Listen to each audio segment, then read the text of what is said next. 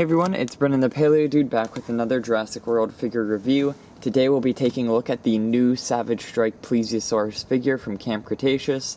Now this one was quite hard to find here in Canada. It seems to be a bit elusive up here. I know it's not that hard to find in the States, but as we all know, distribution on non-dinosaur figures in this toy line has been a little wonky back, Proceratosaurus, Scutasaurus, etc. Even Dimetrodon was quite hard to get your hands on, but it's nice to see distribution starting to get better, I guess, in what I've been seeing, especially with, again, these non-dinosaur figures. So this is a very beautiful color scheme right off the bat. It kind of reminds me of whales or sharks. They kind of went for I guess more realistic coloration, more comparative to live animals.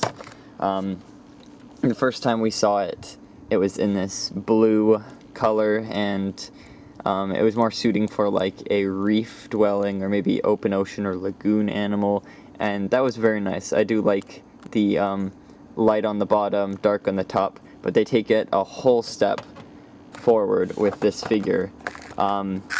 Especially with the solid colors, I think that's a very nice touch. They started straying away from the patterns on the back and more focused on the patterns on the bottom, or this middle region rather, I guess. And it shares the action feature of the Savage Strike from Dinorivals, which has this swimming sort of feature. And I'm not sure if it actually has metal components in there. It might. So I got two of these to take photos in the water, because if they start to rust, maybe this action feature might not work as well. Who knows? So anyways, on the back of the box, we've got the rest of the figures. We've got Charlie as a re-release, and then Monolophosaurus and Stygimoloch. I've also got this typical card thingy that they always have with the stickers and the little map. And you can see on the back, this button makes it swim. And it's also included the neck bending and the jaws opening and closing, which is neat to see on the back. So it's got articulation there. Anyways, yeah, very nice packaging. Don't know if this means we'll see it in Camp Cretaceous. Most likely not, because the rest of the dinosaurs, besides Charlie in this lineup, we have not seen. Though apparently we are getting Monolophosaurus in a set with, I think, what's his face, Kenji. So we might be seeing Monolophosaurus in there. Not like this, apparently, because the figure seems to have a different nose crest. So anyways, let's get this figure out of the box. And that is very nice. You can see the white on the bottom kind of taper down and end at the tail. It doesn't continue on, but it's got this kind of nice pattern of cracky, maybe wave-like appearance.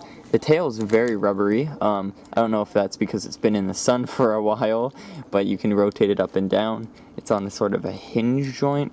These flippers are actually on a joint as well. You can actually rotate them like this, which is pretty neat. You can get it in some dynamic positions.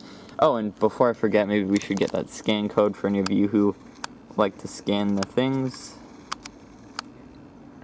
There we go. So yeah, it's a very cute action feature. Again, I'm glad they used this one opposed to the battle damage.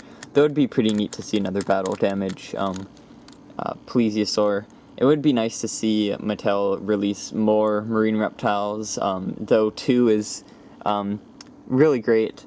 I know there's like, how many pterosaurs now? There's Dimorphodon, Quetzalcoatlus, Pteranodon, Tapejara, and Rhamphorhynchus, so there's like 5 so far. And then 2 marine reptiles. But just imagine if we had 5 marine reptiles, like ichthyosaurs, maybe even a plesiosaur. That'd be super neat. But so far, I'm really pleased with what Mattel's been doing with these elasmosaur figures, and definitely a huge fan of these little marine critters. Lots of yes. So here is the comparison of the figures. You can see pattern-wise, they're quite different. I think each one's different. If you look at the backs of these two, they're also very different. So yeah, each one has its unique pattern and color, which is really cool. And hopefully we see more releases down the line with these guys. Maybe even as an attack pack figure without any action features. So anyways, hope you guys enjoyed this review.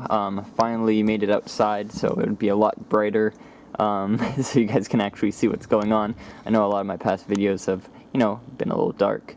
So anyways, I'll see you all in the next video then. Bye-bye.